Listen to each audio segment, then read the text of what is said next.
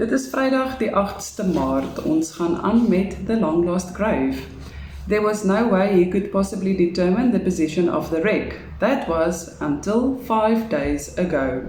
Young Bailey received a monthly tip from him in exchange for all information concerning wrecks and the people inquiring about them. Because he knew that when someone stumbled onto a wreck, the first place he would go to for more information was the Cape Town Library. And with that in mind, he had acquired Bailey's services. And now his hunches had paid off. Bailey had given him photocopies of the De Boer's papers and told him about the coin. Ashley had known instantly that he had finally hit the jackpot. Then came the letter from the Moor woman, and he nearly fell over backwards. All of a sudden, after all these years, there were two coinciding inquiries about the Liberty. There was no doubt the Liberty's watery cave was a secret no more, and nor was the gold. He knew he had to move fast. He had to know more about the parties involved if he was to get his hands on the fortune for which he had been waiting for so long. Fortunately, Bailey's description of De Boer's had been very accurate and Selina's mind open. She recognized him during one of her trim classes at Riley's gym. Bless her for that, he thought with grim satisfaction, because he didn't like her going there, although he wouldn't try stopping her now. The next day, Bailey stood watching the gym and identified Herbie de Boer. The rest was now in Selina's hands. The Moor woman wouldn't be a problem, he had thought, and wrote her a letter asking for more information. On second thought, though, he had sent a man to Plettenberg Bay to look around and keep an ear on the ground. And now, Ashley sighed. All he had to do was to wait for the wheels to start rolling. He shut the file and stared through the open window over the sea of Camps Bay. That gold would be enough for... He was still dreaming when Selina called him down for lunch an hour or so later. 175, 176, 177. Rob raced the count as they raced through the series of sit-ups. 201, 202. Damn it, Herb, you're falling behind. 206, 207. Old Riley stood on the small platform outside his office, looking down on the gymnasium. He enjoyed watching from above, curiously following the progress of some of his favorites and regular customers. Thus, always more or less informed, he could drop a well-appreciated word or tip here and there.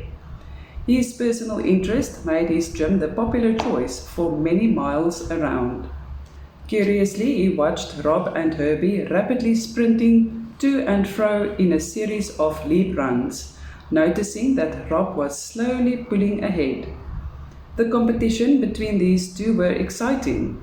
2 weeks earlier, Herbie had been running circles around Rob. Now the pattern had been reversed.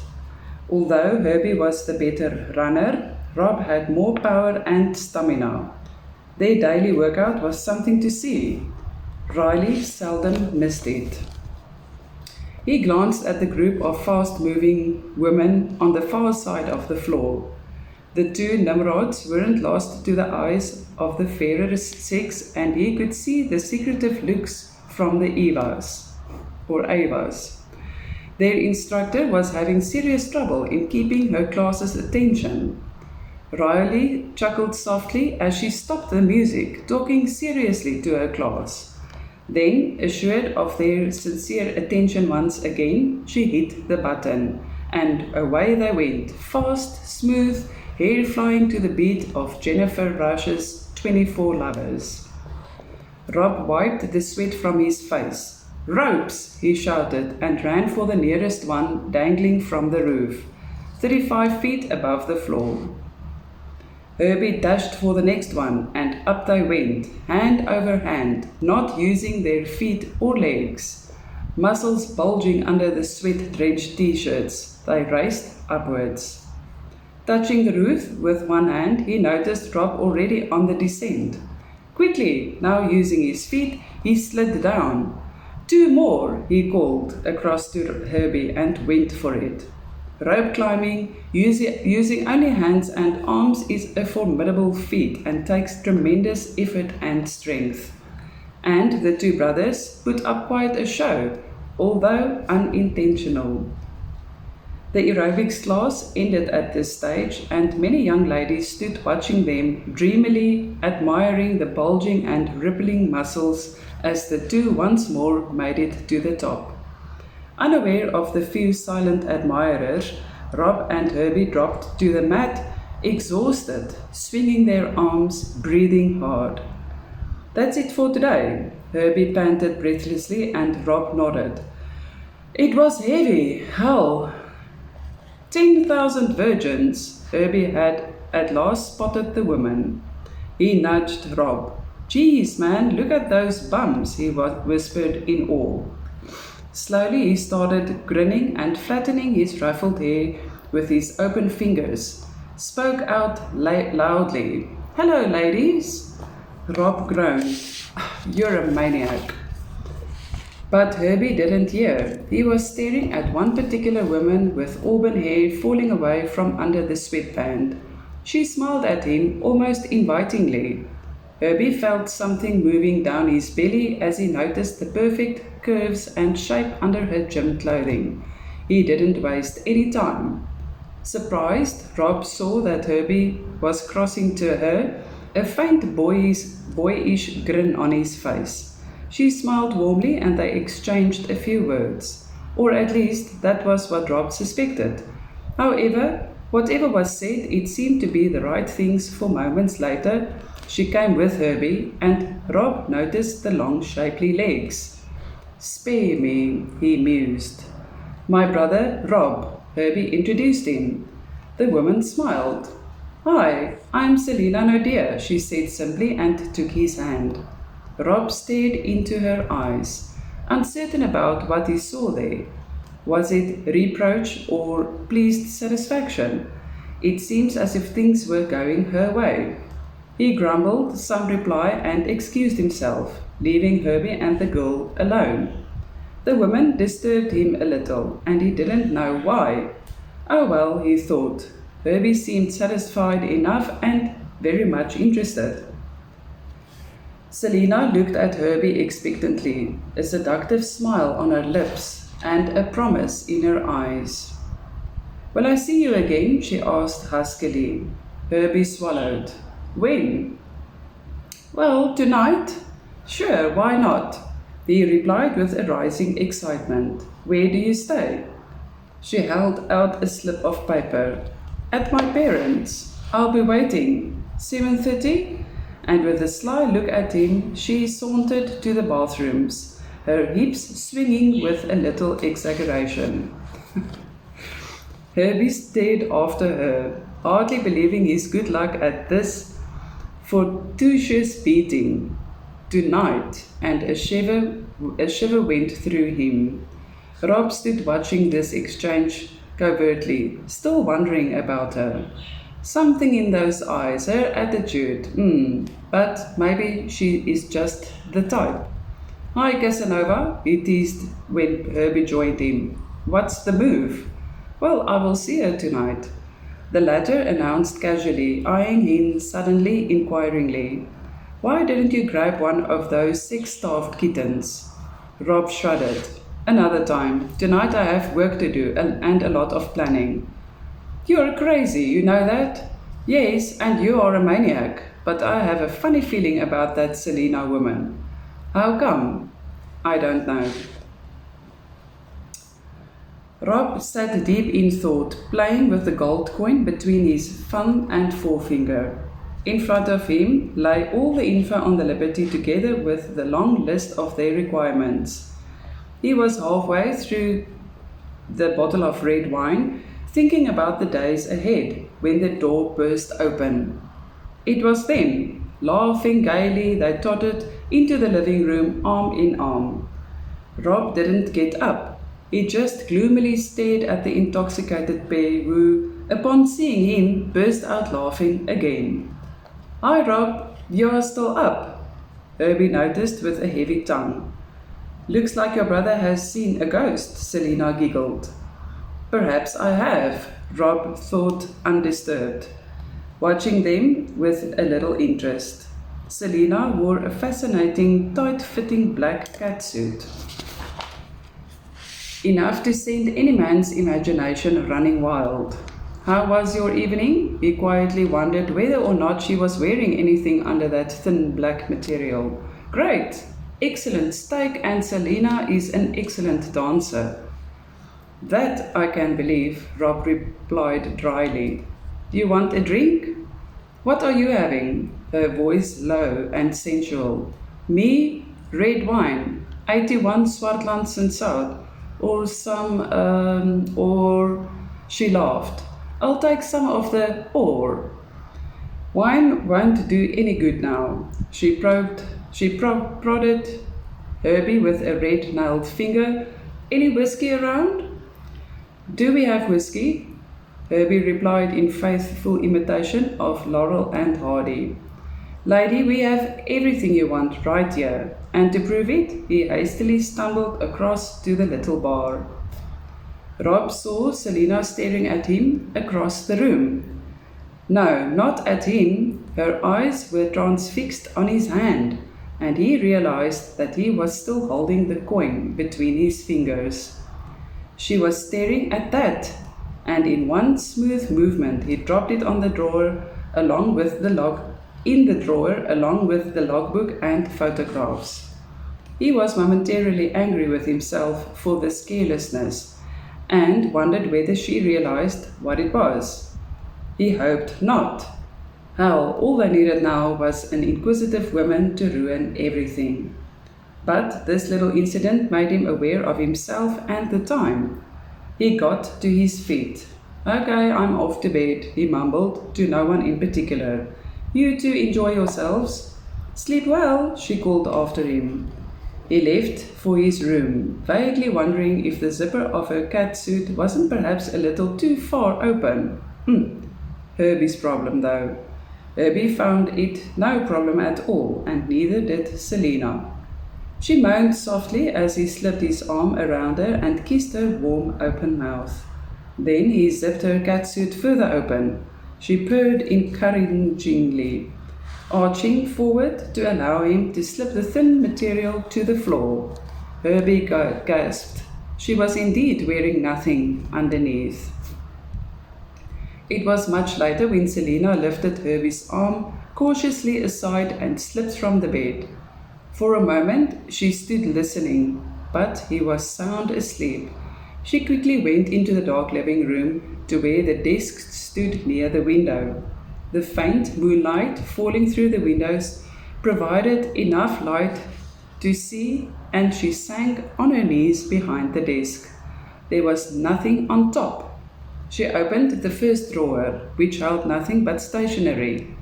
The second one only accounts, and the third held a lot of papers, and she breathed with relief. This must be it, she thought. She scanned through the papers, realized it was not what she was searching for, only some typewritten pages. Still, she flipped to the first page. In the faint light of the moon she read, Teeming Life of the Tsetsikama Forest by Robert de Boer. Tsetsikama Forest? Her heart pounded faster. That's where the Moor woman had written from. Was there a connection between her and Rob? There had to be. Both had made inquiries around about the same time. Both were at the same place. One thing was certain, the wreck was definitely somewhere along that stretch of coast. The other surprise was that Rob was a journalist. Perhaps something to remember. With a quickening pulse, she tried the fourth and last drawer. It stuck. She tried again, but it's locked. Oh no, she breathed softly, knowing instinctively that everything they needed to know was in that drawer. She would swear that the key wasn't around. A quick search confirmed her fears. Selina shivered, feeling the goose flesh on her bare skin. Yet she felt disappointed. After seeing the gold coin earlier, she had sincerely hoped to find all the answers tonight. Instead, she got laid. At least that part wasn't wasted or disappointing at all. Feeling certain that nothing more would be found, she hurried back to the bed, snuggling up close to Herbie. She went to work skillfully. No reason to waste the rest of the night, she thought, as he reached for her. Cathy read the water level from the black and yellow fluvial meter. Making a corresponding note on the clipboard, she noticed that the water level had dropped more than 6 inches during the past 2 days. Since the rain had stopped a week before, the river was running down quickly, although she knew that it had reached about its lowest normal flow. It never ran dry. The forest and southern slopes of the mountains were always wet and damp, ensuring a continuous flow throughout the year. High above her, the Pole Sour Bridge towered, and she sighed as she glanced up the steep, rocky sides. One hell of a climb, she thought, yet she always enjoyed coming down there into the rock crevice through which the Storm Rivier was flowing. The rough, rocky sides were densely grown, the clean mountain air smelling fresh with a faint tinge of decomposing vegetation in the moist climate. The water burbling over the rocks below was beer brown but good and clean as it snaked along the crevasse floor to the sea. Cathy knelt beside the water's edge, scooping a double handful to her lips, drinking deeply, and splashed another scoop over her face. Refreshed, she started her long, arduous climb back to the top, following the faint footpath she usually uses once or twice a week. A dozy scurried across her path and up to a cluster of rocks, where the rest of the family sat sleepily in the sun. Cathy followed his flight with her eyes, admiring its agility. Looking past the dassies, she saw that she was nearly level with the bridge. Only a short distance more, she thought as she watched the idle throng of tourists on the bridge, which spanned the river crevasse more than 400 feet above the water. It was a fascinating sight, a popular view. She was breathing hard after the 45-minute climb, and her uniform shirt stuck to her sweaty back. She was glad to be wearing her khaki shorts instead of the usual long trousers. Her brown boots stretched to her calves, leaving her knees and upper legs comfortably bare. She preferred working like this during the warmer spring and summer season, because it's more practical, she reasoned, oblivious of the speculative glances from the admiring male tourists. Dropping the clipboard and her ranger's hat in the Datsun, she went across to Anne Crawford's restaurant.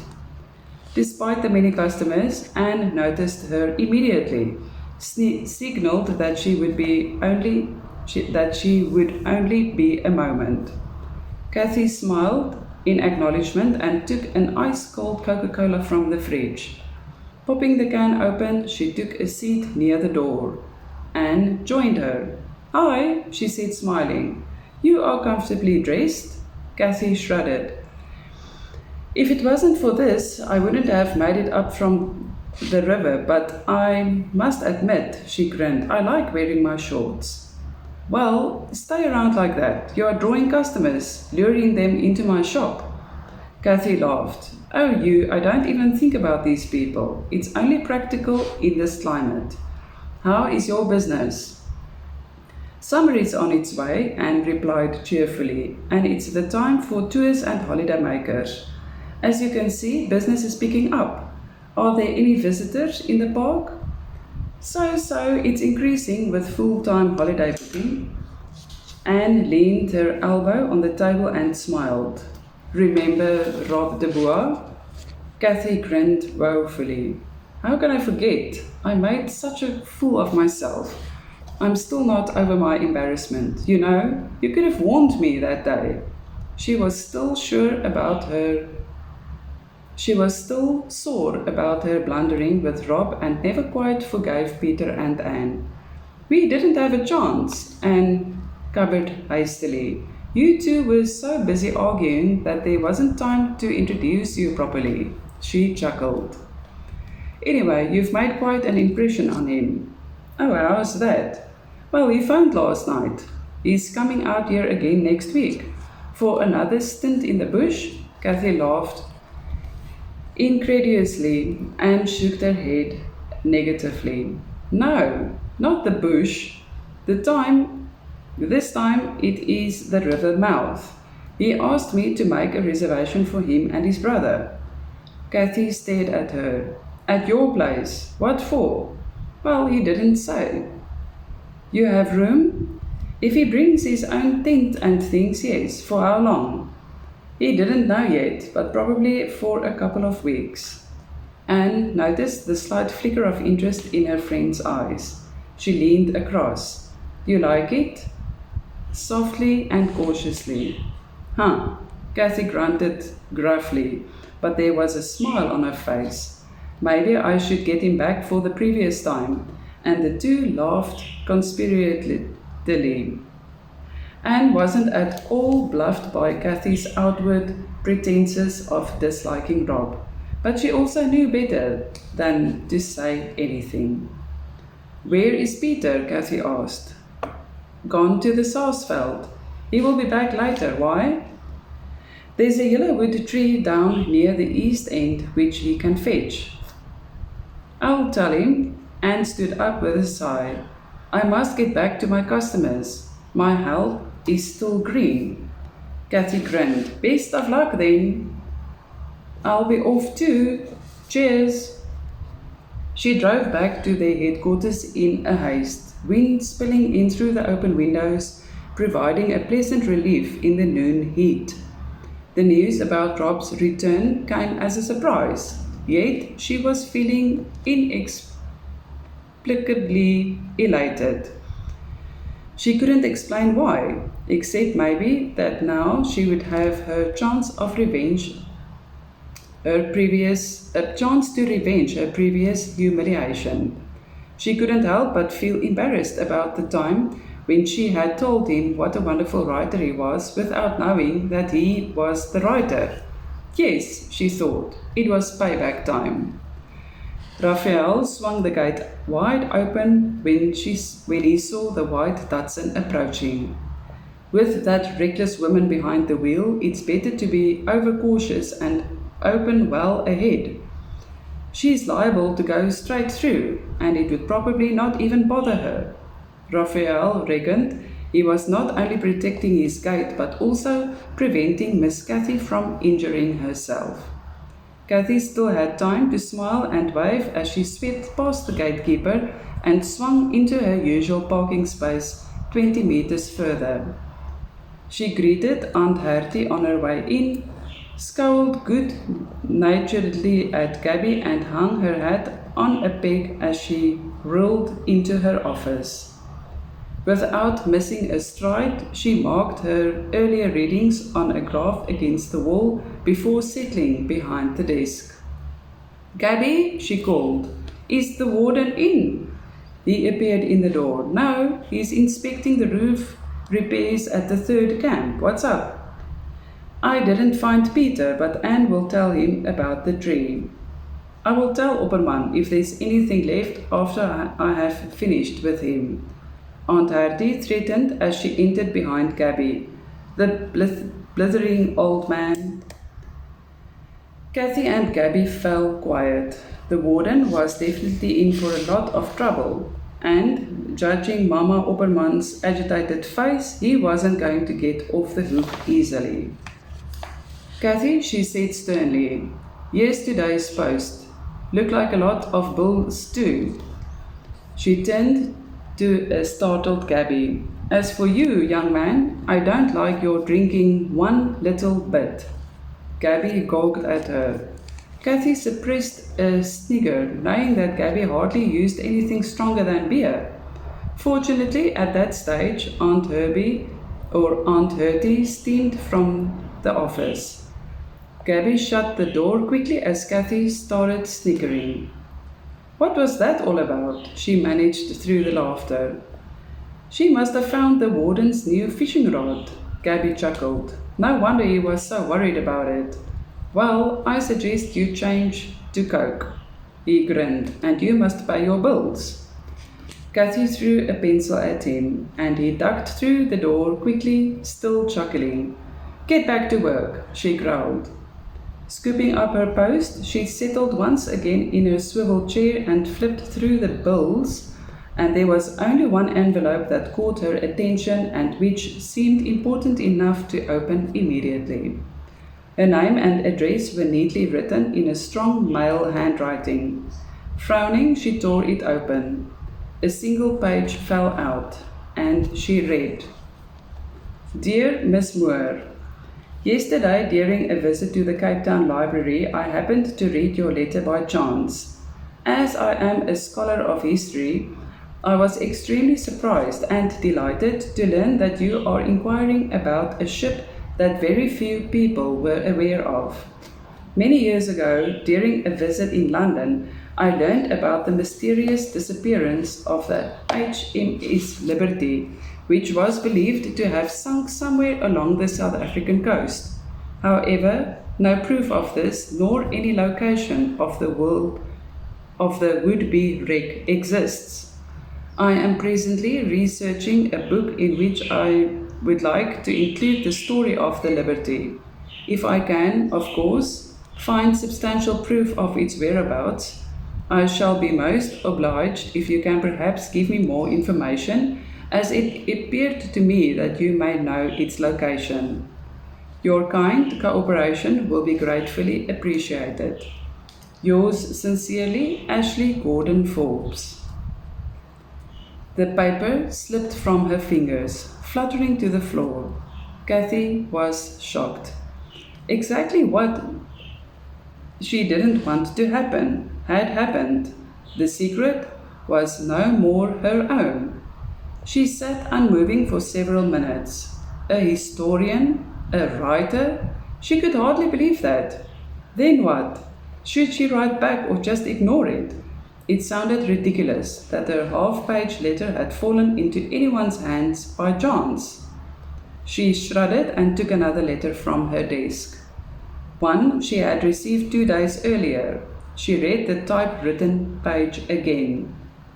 We are sorry to disappoint you, but this library contains no information of any kind of ship by the name of HMS Liberty. Signed, W. Bailey. Kathy folded both letters into her purse.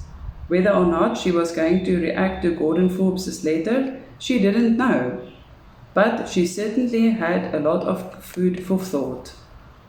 On her way out, Gabby called. Hi, Kathy, I'm going into town. Anything of yours needs fixing? Anything of mine? She played dumb, pointing at her chest. Now, what kind of question is that to ask a lady? Young Gabby blushed. Not you, he spluttered. I mean anything that must go for repairs or be picked up in town. I'm only pulling your leg, Kathy laughed. You can take my CB radio. It's in my office, and please tell Miller that it's coming in for the 3rd time. I won't pay his previous bills. I can take care of that. Well, see you. Oh, and Gabby, she grinned. Go light on the beer, né? The little friendly batter with Gabby cheered her a little, and then Klaus Weber picked her up at 7 o'clock that evening. She was her old, cheerful self again. Ek hoop jy het 'n lekker naweek en dan gaan ek maandag vir jou verder lees. Dankie dat jy like, subscribe, share en die bel button druk.